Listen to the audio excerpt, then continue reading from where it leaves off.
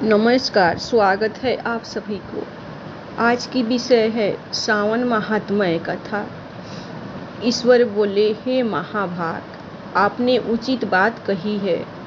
हे ब्रह्मपुत्र, आप विनम्र, गुणी, सदालु तथा भक्ति संपन्न सोता है। हे अनघ, आपने श्रावण मास के विषय में विनम्रता पूर्वक जो पूछा है उसे तथा जो नहीं भी पूछा है वह सब अत्यंत हर्ष तथा प्रेम के साथ मैं आपको बताऊंगा। द्वेष ना करने वाला सबका प्रिय होता है और आप उसी प्रकार के विनम्र है, क्योंकि मैंने आपके अभिमानी पिता ब्रह्मा का 5वां मस्तक काट दिया था, तो भी आप उस द्वेष भाव का त्याग कर मेरी शरण को प्राप्त हुए हैं। अतः हे तात, मैं आपको सब कुछ बताऊंगा, आप एकांतचित होकर सुनिए। हे योगिन, मनुष्य को चाहिए कि श्रावण मास में नियम पूर्वक नत व्रत करे और पूरे महीने भर प्रतिदिन रुद्राभिषेक करे। अपनी प्रत्येक प्रिय वस्तु का इस मास में त्याग कर देना चाहिए। पुष्पों, फलों, दांतों, तुलसी की मंजरी तथा तुलसी दलों और बेलपत्र से शिव जी की लक्ष्य पूजा करनी चाहिए। 1 करोड़ शिवलिंग बनाना चाहिए और ब्राह्मणों को भोजन कराना चाहिए। महीने भर धारण, पारण, व्रत अथवा उपवास करना चाहिए। इस मास में मेरे लिए अत्यंत प्रीतिकर पंचामृत अभिषेक करना चाहिए। इस मास में जो जो शुभ कर्म किया जाता है वह अनंत फल देने वाला होता है। हे मुने, इस माह में भूमि पर सोए, ब्रह्मचारी रहे और सत्य वचन बोले। इस मास को बिना व्रत के कभी व्यतीत नहीं करना चाहिए।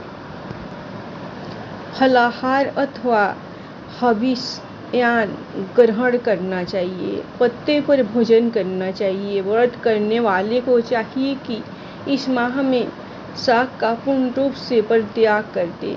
हे मुनि श्रेष्ठ, इस माह में भक्ति युक्त होकर मनुष्य को किसी न किसी व्रत को अवश्य करना चाहिए। सदाचार परायण, भूमि पर शयन करने वाला, प्राप्त स्नान करने वाला और जितेंद्रिय होकर मनुष्य को एकाग्र किए गए मन से प्रतिदिन मेरी पूजा करनी चाहिए। इस माह में किया गया पूर्ण सचरण निश्चित रूप से मंत्रों की सिद्धि करने वाला होता है। इस मास में शिव के षडाक्षर मंत्र का जप अथवा गायत्री मंत्र का जप करना चाहिए और शिव जी की प्रदक्षिणा नमस्कार तथा वेद पारायण करना चाहिए। पुरुष सूक्त का पाठ अधिक फल देने वाला होता है। इस मास में किया गया ग्रह यज्ञ, कोटि होम, लक्ष्य होम तथा अयुक्त होम शीघ्र ही फलीभूत होता है और अभीष्ट फल प्रदान करता है। जो मनुष्य इस मास में एक भी दिन व्रतहीन व्यक्ति महीने का टोटक नामक व्रत किया जाता है, यह व्रत सभी वांछित फल प्रदान करने वाला है। मंगलवार को मंगल गौरी का व्रत, बुध और बृहस्पतिवार के दिन इन दोनों वारों का व्रत, शुक्रवार को जीवंतिका व्रत और शनि को हनुमान जी तथा निसिंह का व्रत करना बताया गया है। हे मुने, अब तिथियों में किए जाने वाले व्रतों का श्रवण करें। श्रावण के शुक्ल पक्ष की द्वितीया तिथि को औदुंबर नामक व्रत होता है। श्रावण के शुक्ल पक्ष की तृतीया तिथि को गौरी व्रत होता है। इसी प्रकार शुक्ल की चतुर्थी तिथि को दुआ गणपति नामक व्रत किया जाता है। हे मुने, उसी चतुर्थी का दूसरा नाम विनायकी चतुर्थी भी है। शुक्ल पक्ष में पंचमी तिथि नागों की पूजन के लिए प्रस्त होती है। हे मुनि श्रेष्ठ, इस पंचमी को टोडोत्पलपादी नाम से जानिए। षष्ठी तिथि को सुपोधन व्रत और सप्तमी तिथि को शीतला व्रत होता है। अष्टमी अथवा चतुर्दशी तिथि को देवी का पवित्रारोपण व्रत होता है। इस माह के शुक्ल तथा कृष्ण पक्ष की दोनों नवमी तिथियों को नत व्रत करना बताया गया है। शुक्ल पक्ष की 10वीं तिथि को आशा नामक व्रत होता है। इस मास में दोनों पक्षों में दोनों एकादशी तिथियों को इस व्रत की कुछ और विशेषता मानी गई है। श्रावण मास के शुक्ल पक्ष की 10वीं तिथि को श्री विष्णु का पवित्रारोपण व्रत बताया गया है।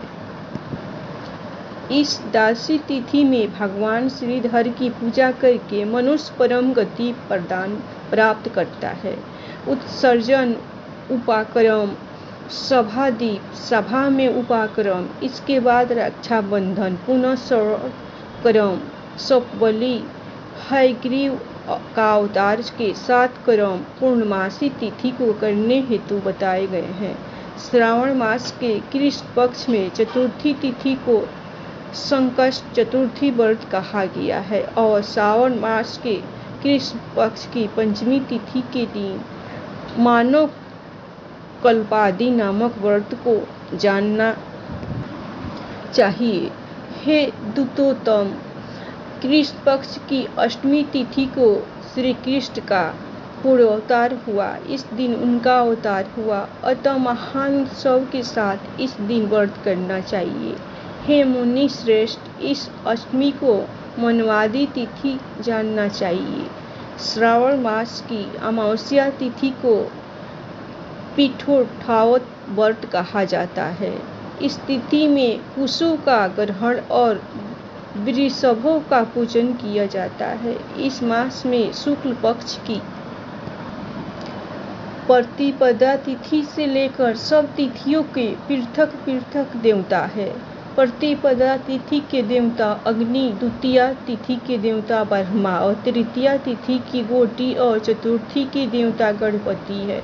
पंचमी के देवता नाग है और षष्ठी तिथि के देवता कार्तिकेय है। सप्तमी के देवता सूर्य और अष्टमी के देवता शिव है। नवमी की देवी दुर्गा, 10वीं के देवता यम और एकादशी तिथि के देवता विश्वदेव कहे गए हैं। द्वादशी के विष्णु तथा त्रयोदशी के देवता कामदेव है। चतुर्दशी के देवता शिव, पूर्णिमा के देवता चंद्रमा और अमावस्या के देवता पीतर है। ये सब तिथियों के देवता कहे गए हैं।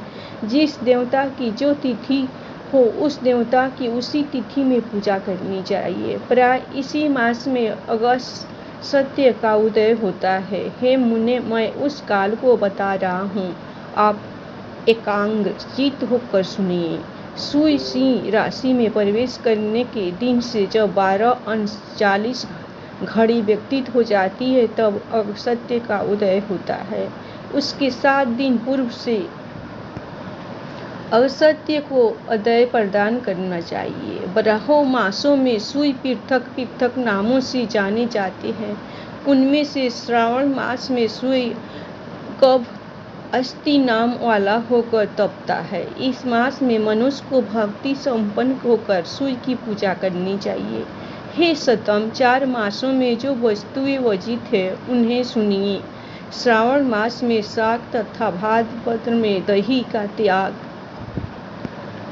कर देना चाहिए। इसी प्रकार आश्विन में दूध तथा कार्तिक में दाल का परित्याग कर देना चाहिए।